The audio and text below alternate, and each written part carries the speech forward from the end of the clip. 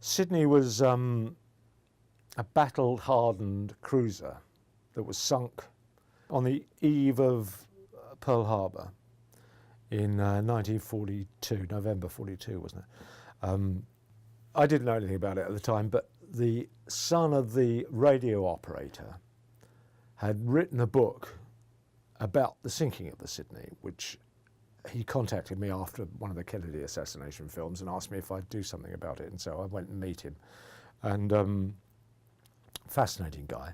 And he'd written this book really stating that there was a huge amount of skullduggery involved in the cover-up to the sinking of the Sydney because of its chronological importance to the raid on Pearl Harbor by the Japanese.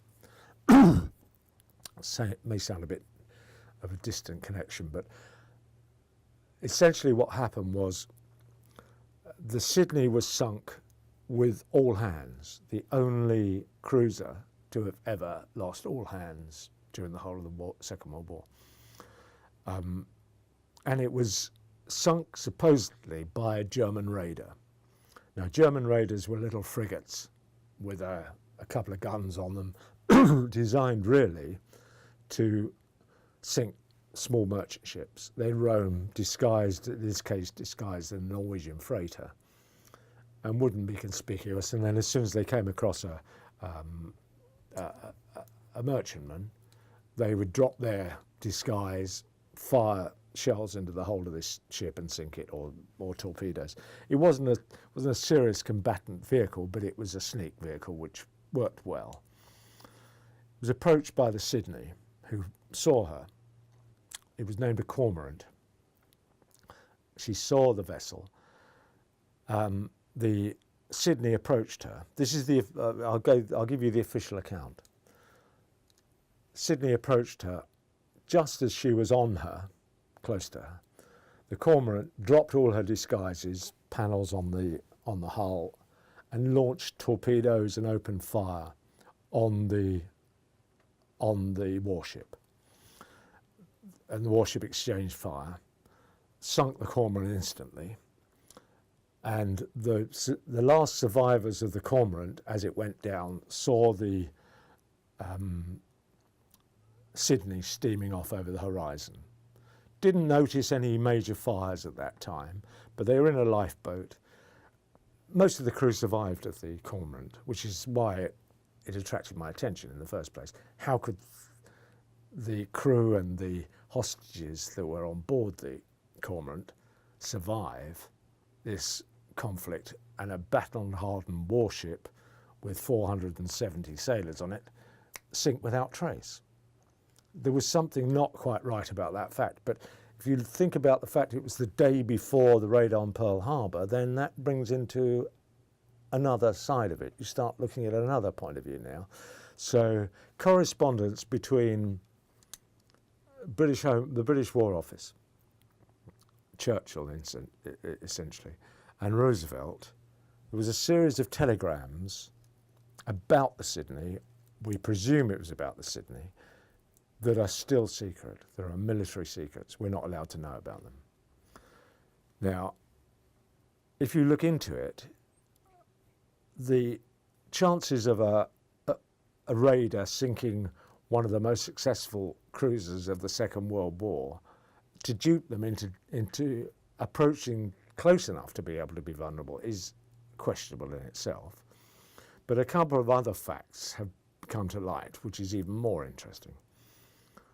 When they were rescued from their lifeboats, some of the crew were holding Japanese milk bottles. These were the hardened dancers, were in possession of Japanese milk bottles. They were clean-shaven, healthy, whereas the survivors in the other two lifeboats, which had been the sailors picked up by the cormorant from the boats they'd sunk on their route.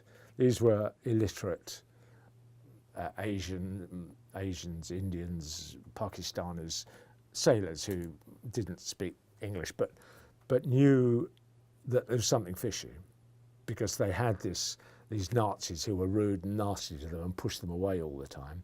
They didn't tell, they'd never seen the submarine, but what I assume is a submarine that was accompanying the invasion force that was about to bomb Pearl Harbor came across the Sydney, had to eliminate the Sydney, prevent it from notifying Pearl Harbor that there was a belligerent Japanese fleet. And so all that information was kept secret. And I still don't know. So my assumption is that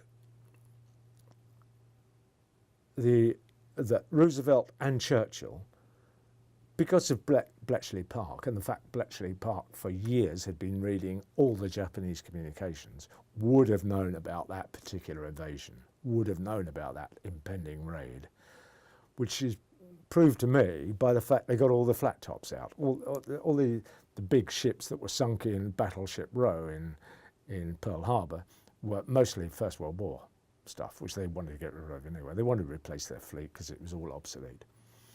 But they got their flat tops out because the flat tops are the ones that could work. Every strategician had said was going to be the way that wars will be fought in the future. And it proved to be correct.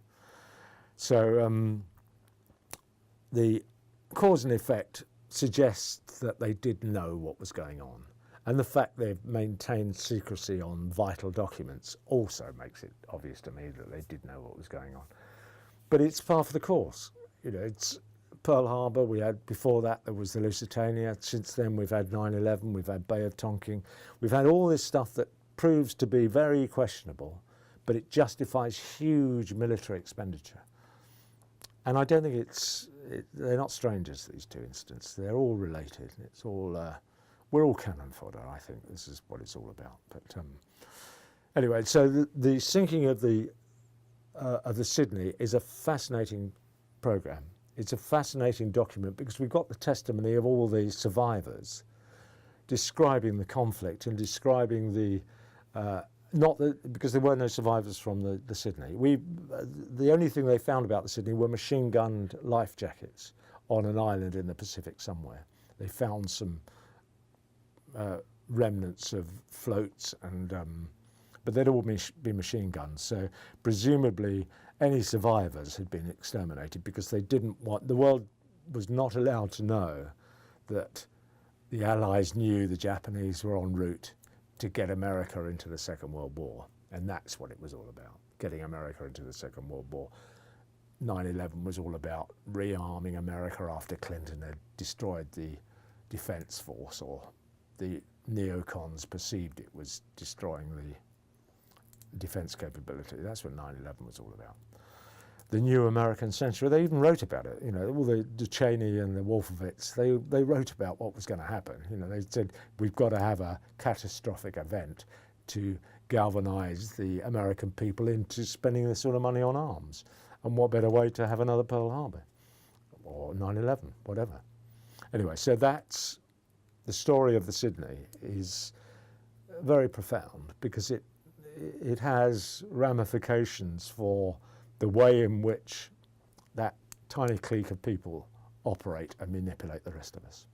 And with the press on your side, the world's your oyster. Anyway, that's a program that will get made, has to be made, and not going to be popular, but none of them will be. So that's the essence of it. This is all, we're not being manipulated by the establishment, which is what the press do. You know, we're told to believe all sorts of ridiculous bollocks, most of it is, on behalf of a tiny number of people. And it's because they own the press. You know, as I say, 6 American corporations own 95% of the media in America. And they own also half of the arms industries. And so, you know, it's not rocket science. You can see what's going on. Anyway, so the Sydney is well worth an examination and a serious documentary to look at, which we intend to do. I've written the whole thing. I know what we're going to say. So if you want to invest in that one, by all means, it's a lovely story and it'll rustle quite a few feathers.